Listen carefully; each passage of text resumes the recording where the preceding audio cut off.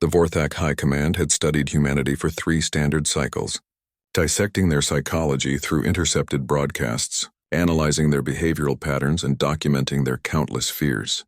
The research was thorough, meticulous, and utterly damning in its conclusions.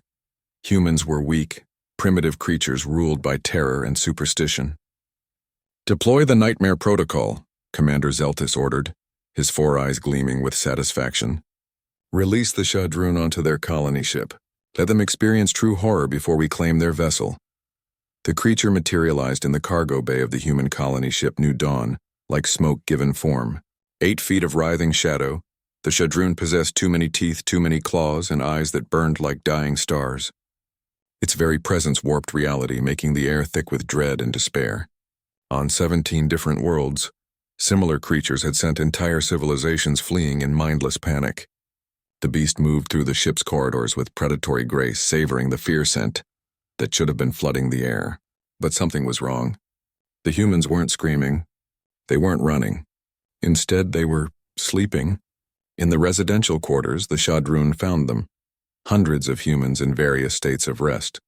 Some snored softly in their bunks, others read quietly before bed, and children's laughter echoed from the family sections. The creature had expected to find a ship full of terrorized prey.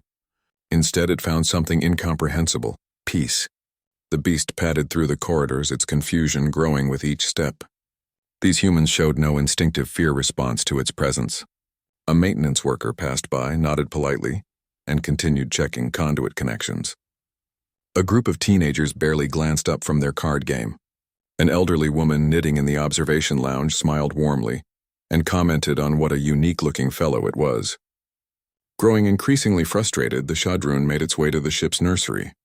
Surely the young would flee from its terrible visage. The automatic doors whispered open, revealing rows of sleeping children bathed in soft amber lighting. The creature stepped inside, its form rippling with barely contained malice. But as it approached the nearest crib, something unprecedented happened. A small girl, no more than 4 years old, opened her eyes and looked directly at the nightmare made manifest. She didn't scream. She didn't cry. Instead, she reached out with tiny fingers and whispered, "Sad doggy?" The Shadroon froze. In its countless eons of existence, spanning the terror of 1,000 worlds, no being had ever looked upon its form and seen sadness rather than fear. The child's hand touched its shadowy flank, and for the first time in millennia, the creature felt something other than the hunger for terror. "You're all spiky and dark," the girl continued, sitting up in her crib. "But your eyes look sad, like when my mommy cries." Without fully understanding why, the Shadroon found itself lowering its massive head. The child's hand, impossibly gentle, stroked the space between its burning eyes. The creature's form began to shift, the harsh angles softening slightly. "Are you lost, doggy? I get scared when I'm lost too." The words hit the creature with the force of a revelation. Lost. Yes, it had been lost for so long, drifting from world to world, feeding on fear because that was all it had ever known. But this small human saw something else, not a monster to be feared, but a being to be comforted. Slowly, carefully, the Shadroon curled its massive form around the child's crib. Its shadow flesh rippled and reformed, becoming less jagged, less threatening. The girl giggled and patted what might generously be called its head. "Good doggy. You can sleep here if you want. I won't let the scary things get you." For the first time in its existence, the creature that was meant to be the source of nightmares felt safe. Aboard the Vorthak command ship, alarms began blaring. Commander Zeltis watched his screens in disbelief as the Shadroon's terror signature flatlined and transformed into something impossible: contentment. "What is happening?" he demanded. "Why isn't it feeding on their fear?"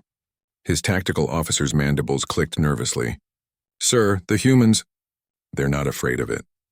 They're treating it like what?" "Like a pet, sir."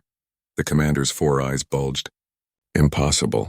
The Shadroon is a creature of pure nightmare. It feeds on terror itself."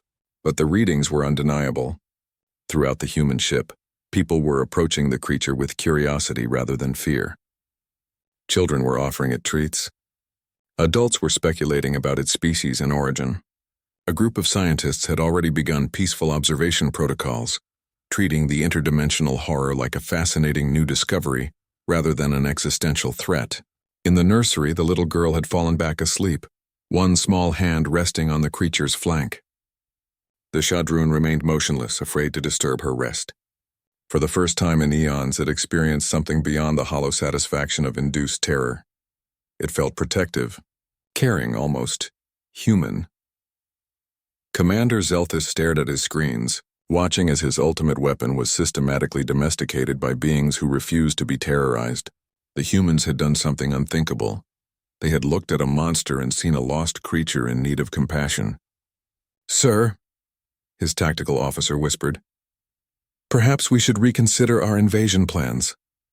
The commander slowly nodded, his worldview crumbling. Any species capable of turning nightmares into companions was not one to be underestimated. The humans hadn't conquered the Shadroon through strength or technology. They had defeated it with something far more powerful and infinitely more dangerous: kindness. In the nursery of the new dawn, a monster learned what it meant to be loved, while across the galaxy, an alien species learned their first lesson about humanity. Sometimes the most terrifying thing isn't a creature of nightmares, but the boundless compassion that can transform any monster into a friend.